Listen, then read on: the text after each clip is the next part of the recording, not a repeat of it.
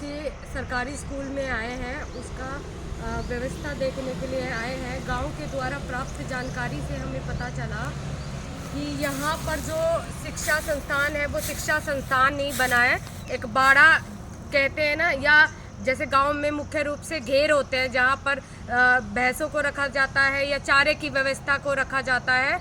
तो ये जो स्कूल संस्थान है बाजितपुर का, वो एक बाड़ा बन चुका है, घेर बन चुका है, शिक्षा संस्थान नहीं रहा जहां हम बच्चों को पढ़ा सकते हैं। तो आइए कैसे इन्होंने क्या क्या किया हुआ है। जैसे कि आप मुख्य रूप से यहाँ देख सकते हैं, ये स्कूल की ज़मीन है और इस पे इन्होंने ज्वार उगाई है। और गांव के लोगों की जानकारी के जो प्राप्त हुई है उससे ये भी पता चला कि सर्दियों में ये बरसम जो है वो उगाई गई है और अब फिलहाल यहाँ पर ये ज्वार और बाजरा ज्वार को उगा रहे हैं। ठीक है, अब आते हैं, चलते हैं, देखिए उधर आपको उसका नमूना पता चल जाएगा कि किस प्रकार उन्होंने वहाँ पर जो सर्दियों में भी उगाया होगा। साफ पता चलता है अगर आप ज़मीन को देखेंगे ना कि ज़मीन की प्लॉइंग की गई है, जुताई की गई है। ठीक है, ये सरकारी ज़मीन है स्कूल के लिए, जहाँ बच्चों को विकसित होने के लिए, उनके विकास के लिए एक ज़मीन है। उस ज़मीन का दुरुपयोग ये अपने खुद के हितों के लिए, जानवरों के चारे के लिए इस्तेमाल कर रहे हैं। तो आप साफ रूप से देख सकते हैं कि ये जुताई की गई ज़मीन है। अब आते हैं एक यहाँ पर आप देख सकते हो कि वहाँ पर एक दीवार में बहुत बड़ा होल किया गया है। ठीक है, उस होल के आसपास बहुत सारी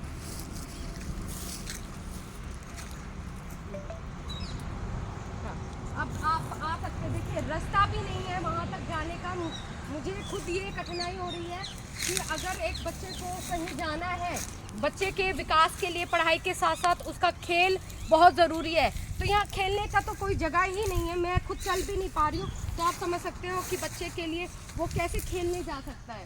तो एक इमरजेंसी गेट भी इन्होंने बनाया, पता नहीं ये क्या है, मुझे जो संज्ञान जिस समय ले नहीं पा रही हूँ। ठीक है, उसके बाद बच्चों के लिए खेलने का आप देख सकते हैं कुछ भी नहीं है। आप कैसे बच्चों का विकास बिना एजुकेशन के, बिना शिक्षा के और बिना खेल कूद के कर सकते हैं। ठीक है, अभी आप देखिए वहाँ तक तो मुझे जाना भी संभव नहीं हो रहा है, क्योंकि मैं खुद इस चीज़ को डर रही हूँ कि इसमें पता नहीं क्या कीड़े निकल जाएं, सांप निकल जाएं। ठीक है, तो ये देख सकते हो कि किस तरीके से ये व्यवस्था है। ये देखिए, कोई दुर्घटना बच्चों के साथ हो सकती है, छोटे बच्चों को नहीं पता होता है। जैसे हम देख सकते हैं कि ये बाजितपुर जो स्कूल है वो प्राथमिक शिक्षा को है।